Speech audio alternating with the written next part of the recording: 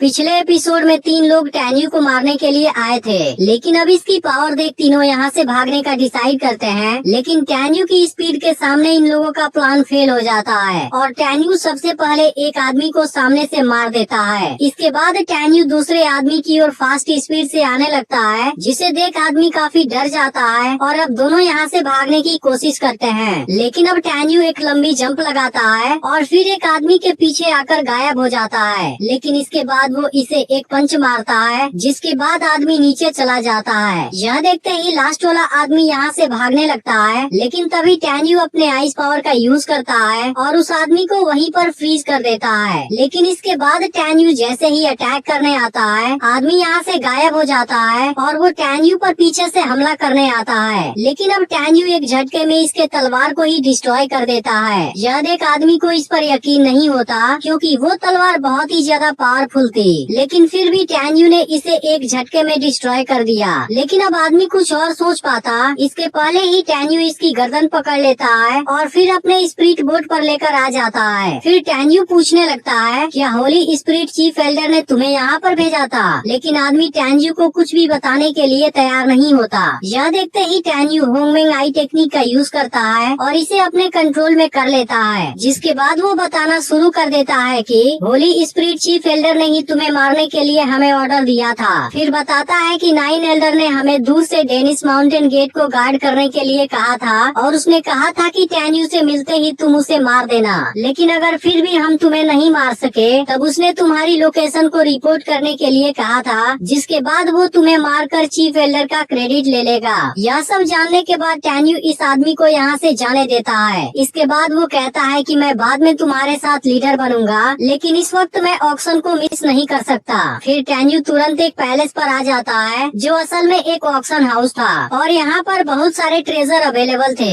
इसके अलावा यहाँ कुछ ऐसे एलेक्सिस थे जो रिजुवेशन पील को भी रिफाइन कर सकते थे, जो कि सबसे रेयर चीज है। फिर कहता है कि रिसरेक्शन रॉयल ग्रास रिसरेक्शन जून पील को रिफाइन करने की ड्रग एडिक्शन है, इसलिए युकाओ की मौत से लगता है कि आइस स्कैवेंजर चिंतित है और ऐसा लगता है कि उसे रिफाइन करने की बहुत ज्यादा जरूरत है, इसलिए वो आज डायरेक्ट आ गया। इसके बाद टैन्यू अंदर जाता है, जहाँ सामने एक लेडी खड़ी थी और वो पूछती है कि क्या आप ऑक्शन में जाने वाले हैं? जिसके बाद टैन्यू उसे हाँ करता है। जिसके बाद लेडी टैन्यू को अपने साथ में चलने के लिए कहती है, क्योंकि सबसे पहले सर्विस उसके पैलेस का प्रचलित क्राइटेरिया है। इसके बाद लेडी टैन्यू को अपने साथ कहीं ले जाने लगती है। तब टैन्यू कहता है, मैंने सुना है इस पैलेस में एक हिडन एटमॉस्फेयर है, इसलिए क्या मैं उस स्पिरिट स्टोन प्राइवेसी रूम से अपने लिए कोई ड्रेस बाई कर सकता हूँ? फिर लेडी इसकी बात मान जाती है और इसे अपने साथ एक रूम के अंदर लाती है। इसके बाद वो टैन्यू को 2 ड्रेस दिखाती है और बताती है कि इसमें से लेफ्ट वाला फीटल सोल को रोकने के लिए सबसे परफेक्ट मिरर डेकोरेशन है, जिसकी कीमत 100 मिलियन लो क्वालिटी स्नैक्स पड़ेगी। इसके अलावा जो दूसरा ड्रेस है वो सोल रिफाइनिंग मिरर के परफेक्ट मॉडिफिकेशन को रोकता है, जिसकी कीमत 1 बिलियन स्नैक्स होगी। फिर कहती है कि इन दोनों में से तुम किसी को भी खरीद सकते हो और फिर यहाँ पर एक टेलीपोर्टेशन एक्टिवेट कर देती है, जो सेकेंड फ्लोर का एक्सेस है। इसलिए परचेस करने के बाद टैन्यू यहाँ से सीधे सेकेंड फ्लोर पर जा सकता है। तब टैन्यू लेडी से इसके पैलेस की प्रशंसा करता है और कहता है कि यहाँ का प्राइवेट सर्विस सच में काफी अच्छा है। इसके बाद लेडी यहाँ से चली जाती है, क्योंकि वो इसे डिस्टर्ब नहीं करना चाहती थी। तब टैन्यू कहने लगता है कि ऐसा लगता है मुझे इस लो क्वालिटी ड्रेस के लिए अपने बिलियन स्नैक्स खर्च करने पड़ेंगे, जिसके लिए टैन्यू को कुछ परेशानी भी हो रही थी, क्योंकि वो अभी चीफ को भी ब्लैकमेल करना चाहता था। लेकिन तभी इसे याद आता है कि इसके पास में तो अभी भी बहुत से लूट है। जिसके बाद वो 1 बिलियन स्नैक्स की कीमत चुका देता है और अब इसकी ड्रेस इसे मिल जाती है। जिसके बाद टैन्यू एक ओल्ड मैन के जैसा दिखने लगा था। फिर टैन्यू यहाँ की टेलीपोर्टेशन का यूज करता है और अब सेकेंड फ्लोर पर आ जाता है। तब एक लेडी पूछती है कि आप किस फ्लोर पर जाना चाहेंगे?